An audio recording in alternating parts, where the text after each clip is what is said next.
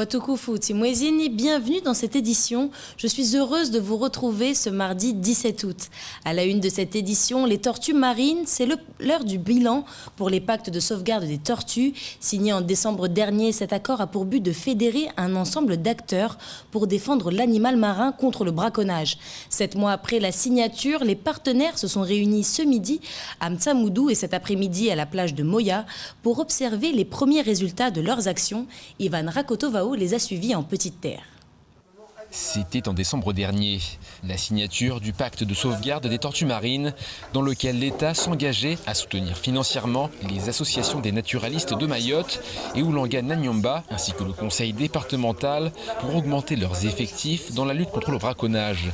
7 mois plus tard, le préfet a changé, mais les engagements sont restés et sont devenus concrets. Alors d'abord, on a réussi à mettre en place sur le terrain des équipes qui sont présentes pour faciliter la protection des tortues et lutter contre le braconnage. C'est une première réussite. La deuxième, c'est que réellement, comme aujourd'hui, on a rassemblé autour de ce sujet tous les acteurs qui peuvent contribuer à la protection de l'environnement et à la mise en œuvre du pacte pour les tortues. Signataire du pacte, l'association Oulanga Nanyamba a pu recruter 11 personnes supplémentaires, dont 8 en service civique.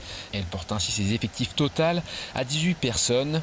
Une hausse de personnel significative qui a un réel impact sur le terrain, selon la directrice de l'organisme. Alors déjà sur le terrain, oui, on ressent un changement que dès qu'il y a eu une interpellation et une condamnation forte derrière d'un braconnier, pendant plusieurs mois, nous ne voyons plus de tortues mortes sur les plages et les sites environs. Donc il y a un impact concret sur le terrain. Après, clairement, l'équipe qui est en place dans l'ouest de Mayotte, pour l'instant, n'a pas encore observé de braconniers. Donc certainement, on a une petite présence dissuasive. Et en petite terre, on le sait, hein, dès qu'il y a une interpellation, on a une chute du nombre de tortues braconnées sur les plages. Donc ça, c'est nos chiffres, les suivis qu'on mène qui nous le disent. Donc c'est des résultats concrets et relevés sur le terrain. Également signataire du pacte, le conseil départemental dont le sérieux des agents avait été fortement remis en cause par l'ONG environnementale Sea Shepherd. La collectivité voit ses effectifs dédiés à la surveillance des tortues grandir de 10 agents supplémentaires dotés d'équipements modernes. Le conseil départemental a investi pratiquement 1 million d'euros dans ce pacte de protection des tortues. Nous avons 10 agents sur le site. Également, nous avons investi sur des moyens matériels, notamment de lunettes, comment on appelle ça, de vision nocturne. Nous avons également investi sur d'autres matériels. Donc aujourd'hui, on voit que les braconniers sont arrêtés, sont traduits en justice et ça a produit ses effets. Si le pacte de sauvegarde produit ses premiers effets grâce à une présence accrue sur le terrain, les différents partenaires s'accordent à dire que leurs engagements doivent être renforcés et pérennisés pour espérer venir à bout un jour du braconnage de tortues à Mayotte. La qualité de l'air que nous respirons est importante. C'est dans ce sens que Awa Mayotte, l'Observatoire de la qualité de l'air de l'île et l'Académa, signaient ce matin une convention de partenariat. Objectif, réduire les effets de la pollution dans le chef-lieu. L'association partagera ainsi ses données avec l'intercommunalité qui, de son côté, soutiendra financièrement la structure agréée en 2014 par le ministère de la Transition écologique. D'autres actions sont également prévues à cet effet, comme vous allez le voir dans ce sujet, signé Jaïdi Maoulida. L'Académa et Awa Mayotte signent aujourd'hui une convention de partenariat. Cette signature représente un coup de pouce financier pour l'association dans le cadre de ses missions pour l'intercommunalité. L'occasion de rappeler qu'à Mayotte aussi, les problèmes liés à la pollution de l'air sont présents. Si les observatoires de la qualité de l'air existent en France et dans tous les DOM, c'est pour protéger la population. Actuellement, c'est surtout au niveau des particules fines ou les poussières. Il se pourrait qu'il y ait des dépassements et des seuils. Donc, et ces poussières sont surtout émises par le trafic automobile sur le secteur entre Koungou et Passamanti, Tsunzu. C'est pas inquiétant, mais il faut être vigilant. Ce partenariat permettra entre autres aux agents de la communauté d'agglomération de bénéficier des soutiens techniques et de formation à la sensibilisation de la qualité de l'air. L'Académa souhaite s'engager en matière d'environnement et se veut même précurseur sur l'île dans un domaine bien précis. Cette convention elle les rentre dans le cadre de notre plan climat, air, énergie. Donc, c'est tout un plan, un programme d'action. Donc, dans ce programme d'action, on a, par exemple, la convention avec Hawa Mayotte, mais plein d'autres actions comme le renouvellement de notre flotte de véhicules. L'idée, c'est de renouveler petit à petit notre flotte de véhicules avec des véhicules dits propres, électriques ou hybrides, pour laisser tout ce qui est diesel et essence. Des ambassadeurs éco-gestes seront notamment formés au sein de la CADEMA afin de véhiculer les bons gestes auprès de la population. Hawa Mayotte espère des partenariats avec les autres collectivités de l'île. Des discussions sont même déjà entamées avec certaines d'entre elles. Depuis 2017, la commune de Mamoudzou possède un conseil municipal de la jeunesse. Il est actuellement composé de 23 filles et 22 garçons âgés de 12 à 16 ans. Choisis à l'issue d'un entretien de motivation, les conseillers s'exercent à la démocratie participative. Les réunions du conseil se tiennent régulièrement et l'instance dispose d'un budget annuel de 20 000 €.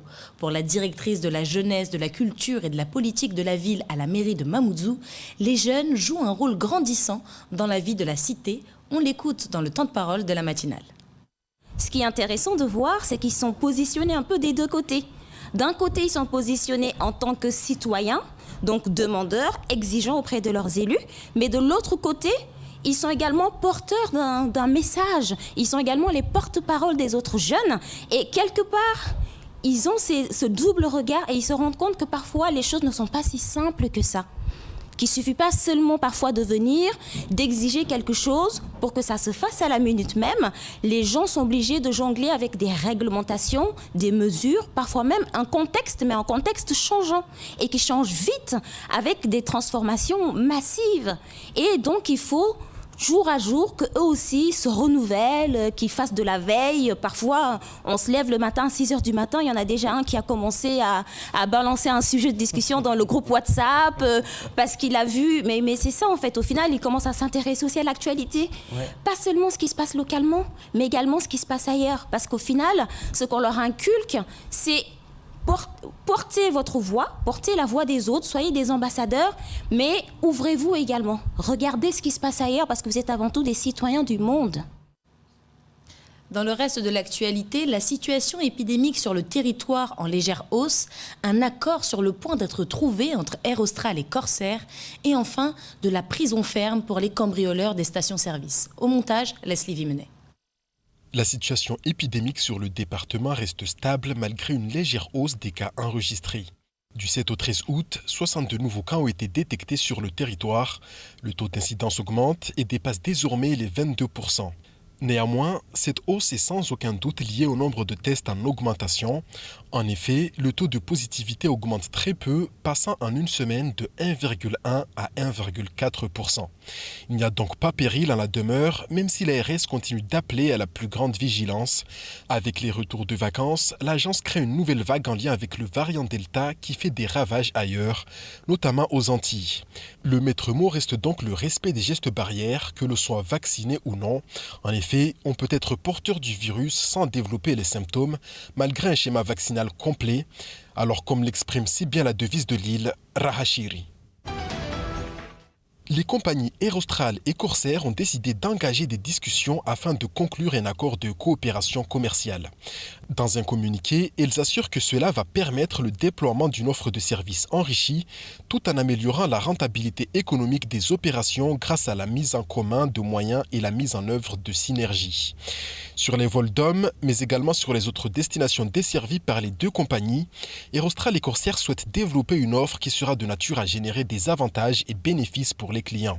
Programme de vol renforcé, choix élargi et diversifié, connexion plus riche grâce au réseau cumulé des deux compagnies, offre tarifaire élargie et plus compétitive et également une offre fret améliorée. Le communiqué ajoute que ce projet de coopération commerciale préserve l'identité et l'indépendance des deux compagnies. Reste à espérer que cette coopération ne signifie pas des ententes tarifaires néfastes pour les consommateurs. Concurrence, vous avez dit ? Le 11 août dernier, la station Total de Passamaiti était prise pour cible à l'occasion des vols par effraction. Néanmoins, les nouvelles mesures de sécurité de la station ont surpris les assaillants. L'alarme s'est déclenchée, entraînant l'intervention rapide des policiers. Un individu resté sur place a été immédiatement interpellé alors que ses comparses prenaient la fuite à bord d'un utilitaire. L'un des véhicules des forces de l'ordre a pris en fuite l'utilitaire, tandis que le second plaçait un barrage au rond-point de Vaïbé. Pour éviter le barrage, le véhicule des fuyards a frôlé l'un des policiers, l'obligeant à faire usage de son arme de service.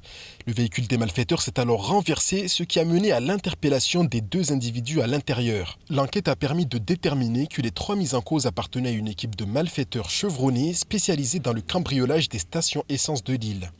Déférés le 12 août dernier devant le parquet de Mamoudzou, les malfaiteurs ont écopé de peines allant de 1 à 4 ans d'emprisonnement ferme. Mayotte accueille actuellement 6 jeunes scouts venus de Saint-Étienne. Ces derniers participent à un projet issu d'un partenariat entre l'ALEFPA et le village d'Eva. Ils ont pour mission de sensibiliser les jeunes à la protection de l'environnement sur notre territoire. Au programme de nombreuses activités entre natation, randocline ou encore découverte des joyaux de l'île. Écoutons plutôt la directrice du village d'Eva qui nous parle de la mise en place de cette expérience inédite. Il se trouve que l'ALEFPA s'installe à Mayotte. L'ALEFPA, c'est une grosse association de plus de 3000 salariés qui œuvrent dans le social et le médico-social, particulièrement dans le champ du handicap à La Réunion, et qui va ouvrir là une plateforme pour les enfants polyhandicapés et ensuite un établissement pour pouvoir les accueillir. Et comme au village d'Eva, on est confronté au problème du handicap aussi. Voilà, des rapprochements sont faits entre nos 2 associations. Et c'est assez naturellement que Aurélien, un des 6 scouts, a dit et si on allait à Mayotte ? Est-ce que c'est saugrenu ? Et là, Madame Boukir, qui est donc la directrice des établissements à Mayotte, a dit ben non, c'est pas si saugrenu que ça. On a des partenaires, j'en connais. Et voilà, ça s'est fait comme ça. Et voilà, c'est la fin de notre édition. Merci de nous rester fidèles sur KTV. Demain, retrouvez Jaïdi Maoulida pour tout savoir de l'actualité locale. Excellente soirée sur Kwezi. Nam Kwaheri.